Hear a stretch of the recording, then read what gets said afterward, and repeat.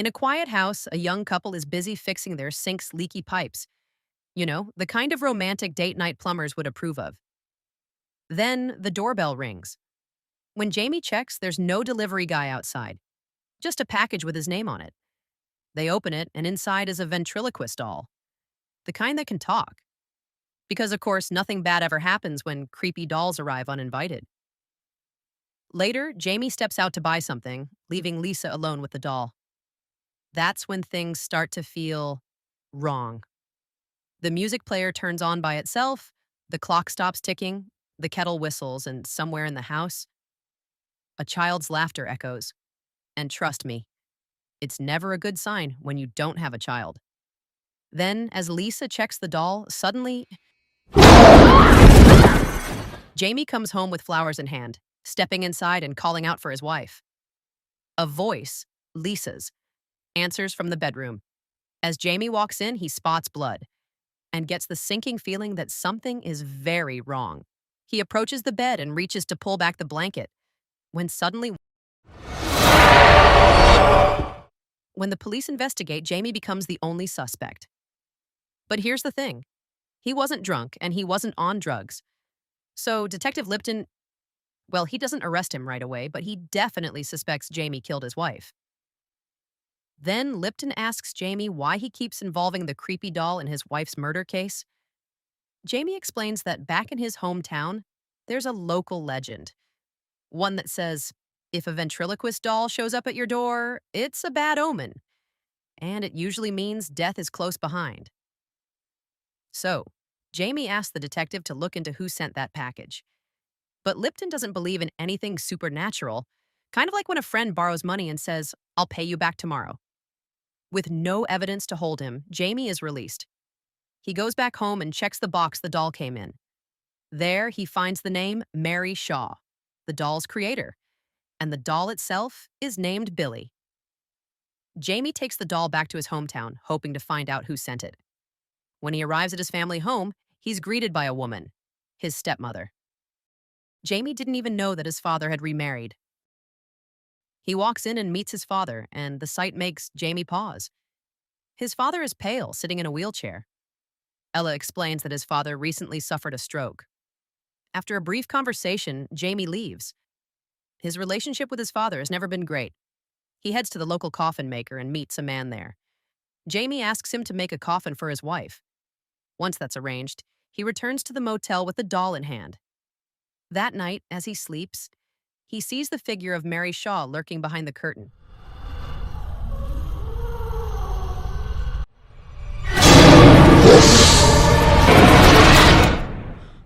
Henry, who had taken Lisa's body, is shocked after opening it and seeing her condition.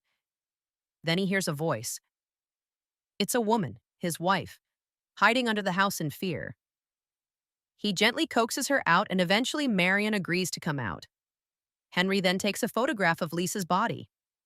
The next morning, Jamie buries his wife. As he's about to leave, he spots Marion from a distance.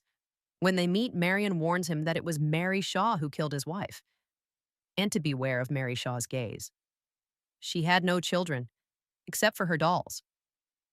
Before she can finish speaking, Henry cuts her off and takes her back home. Jamie then checks the spot in front of him. It turns out to be Mary Shaw's grave. He immediately heads home, grabs the doll, and brings it to the cemetery. Jamie searches for a grave with the name Billy, the same as the doll, and starts digging. When he opens it, the grave is empty. He buries the doll there and walks away. As he's about to leave, a shadow passes near his car.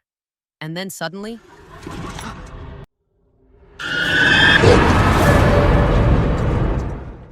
he looks for the doll but can't find it, so he heads back to the motel. After finishing his shower, he steps out and he runs into Detective Lipton, who's holding the doll. Turns out, Lipton had been tailing Jamie and wants to know why he buried it. Jamie explains that the doll came from the cemetery and he was just returning it. He then tells the local ghost story about Mary Shaw, who was buried along with her collection of handmade dolls. If you ever see her, make sure you don't scream. If you do, you'll end up without a tongue. Lipton still doesn't believe that Mary Shaw's ghost was the one who killed Jamie's wife. So he leaves, takes the doll, and checks into the room next door. The next morning, After the detective leaves, Jamie sneaks into his room and takes the doll straight to Henry's house. There, he meets Marion and tries to question her, but she quickly walks away in fear. Henry arrives and tells Jamie that doll should never have been in his possession. He then begins to share the story of Mary Shaw's past. Back when he was a child, the town was thriving, and there was a famous theater that had become the pride of the community. Henry went there for the first time and saw Mary Shaw's performance with her doll. The show went smoothly and the crowd was laughing. That is, until one kid loudly pointed out that Mary Shaw's lips were moving when Billy spoke, which of course meant it was just an ordinary puppet, not some creepy miracle. Mary Shaw heard it, felt offended, but kept the show going. A few weeks after that performance, the same kid vanished without a trace. Naturally, people began to suspect Mary Shaw, and after that, Mary Shaw was killed by someone whose identity remains unknown to this day. Before she died, she requested to be buried with all 101 of her dolls.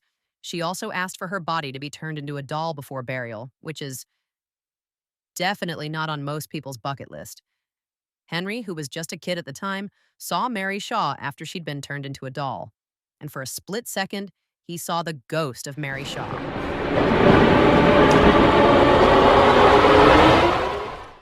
After she was buried, many families started dying in the exact same way Jamie's wife Lisa had been killed.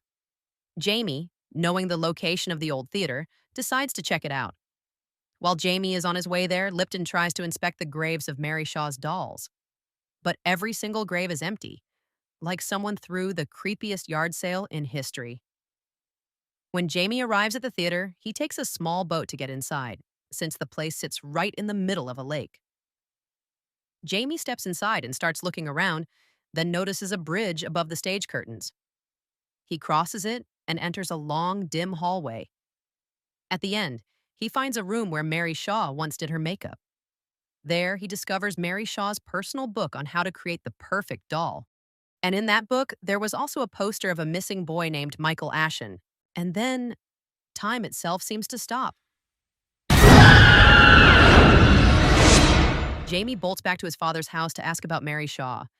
Meanwhile, back at his house, Henry hears his wife talking to someone. When he checks, he finds Marion speaking to Billy, and not in the, oh, what a cute doll way. Panic sets in, and he grabs the doll to bury it. But just as he's about to, he hears Marion crying from beneath the house. He climbs inside to look for her when suddenly the door slams shut and locks. Desperate, he calls out for her, but from behind him, someone says his name.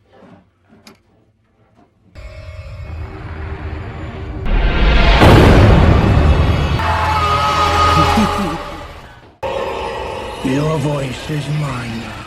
When he arrives back at his family home, Jamie goes straight to his father and asks what Michael Ashen and his family did to Mary Shaw. His father explains that Michael Ashen, who was also the younger brother of Jamie's grandfather, vanished without a trace when he was a child.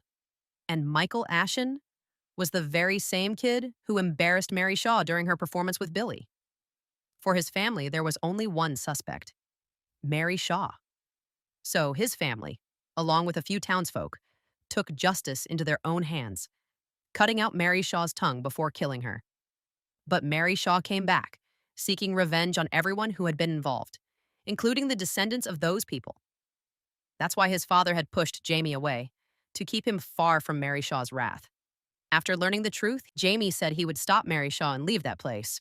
And right at the front door, Jamie ran into Lipton. The detective accused Jamie of digging up and taking evidence, but before he could haul Jamie in, Ella mentioned there was a phone call for him. It was Henry on the line. Except, of course, we know it was Mary Shaw pretending to be Henry.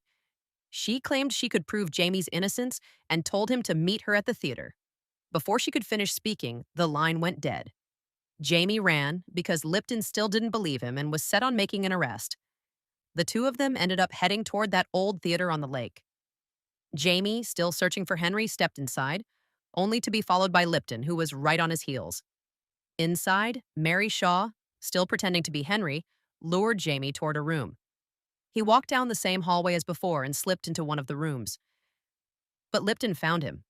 Just as he was about to arrest Jamie, Lipton heard a voice, Mary Shaw's, but it sounded exactly like Henry.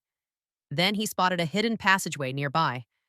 Before going in, Jamie warned him, Whatever happens, don't scream. The two of them ventured down the passage, eventually arriving in a hidden chamber filled with Mary Shaw's abandoned experimental dolls. When the curtains pulled back, Jamie froze, staring at all 101 of Mary Shaw's dolls, the same ones that were supposed to be buried with her. Then his eyes landed on something covered by a red cloth. Pulling it away, he realized it was a doll made from an actual human child. That doll was Michael Ashen, the boy who had vanished years ago. It was true. Mary Shaw had kidnapped him and turned him into a doll. Suddenly, every single doll in the room turned their gaze toward the same spot. Following their eyes, they saw a jester doll gently rocking in a chair. Jamie called the doll by name, Mary Shaw. The doll froze for a moment, then admitted it was her. When Jamie asked why she killed his wife, Mary Shaw leaned in and told him to come closer. In a chilling whisper, she revealed that Jamie's wife wasn't just a random victim, she was pregnant. The last bloodline Mary Shaw needed to erase was still in the womb.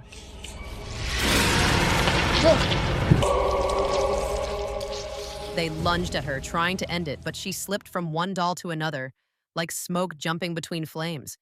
Jamie realized the truth. Mary Shaw's spirit lived inside the dolls. Destroy the dolls and you destroy her. Without wasting a second, he set them all on fire and bolted for the exit. As they crossed the bridge, it collapsed. Lipton fell, screaming, his voice sealing his fate. Mary Shaw pounced instantly. Jamie clawed his way up, gasping for air, looked up. Luckily, he didn't end up screaming, guys. When he came out of the water, he found himself outside the burning theater. Every single puppet had gone up in flames, except one. He went straight to Henry's house and heard Marion's voice. She was crying over Henry's dead body, saying Jamie's father had taken her doll. But Jamie's dad was in a wheelchair, so where could he possibly have gone? That's when Marion said it. It was Mary Shaw who did all of this. Jamie rushed to his family home to find his father. As he searched the house, he stumbled upon that last puppet. And then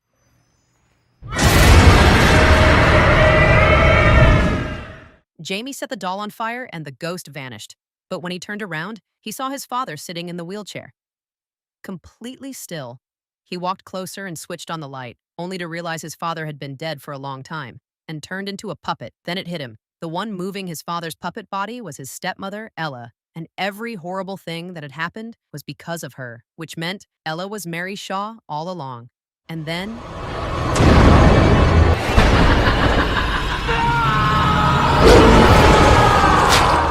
and that's how it ends. This story reminds us how important it is to respect others and choose our words wisely and such, because hurting someone's feelings might just come back to haunt you, especially if it's a mom, the most powerful species on Earth. Mess with them, and you might end up as dinner. Thanks for watching till the end. Don't forget to like and subscribe, and ring that bell so you won't miss my next creepy story. See you in the next video. Bye-bye.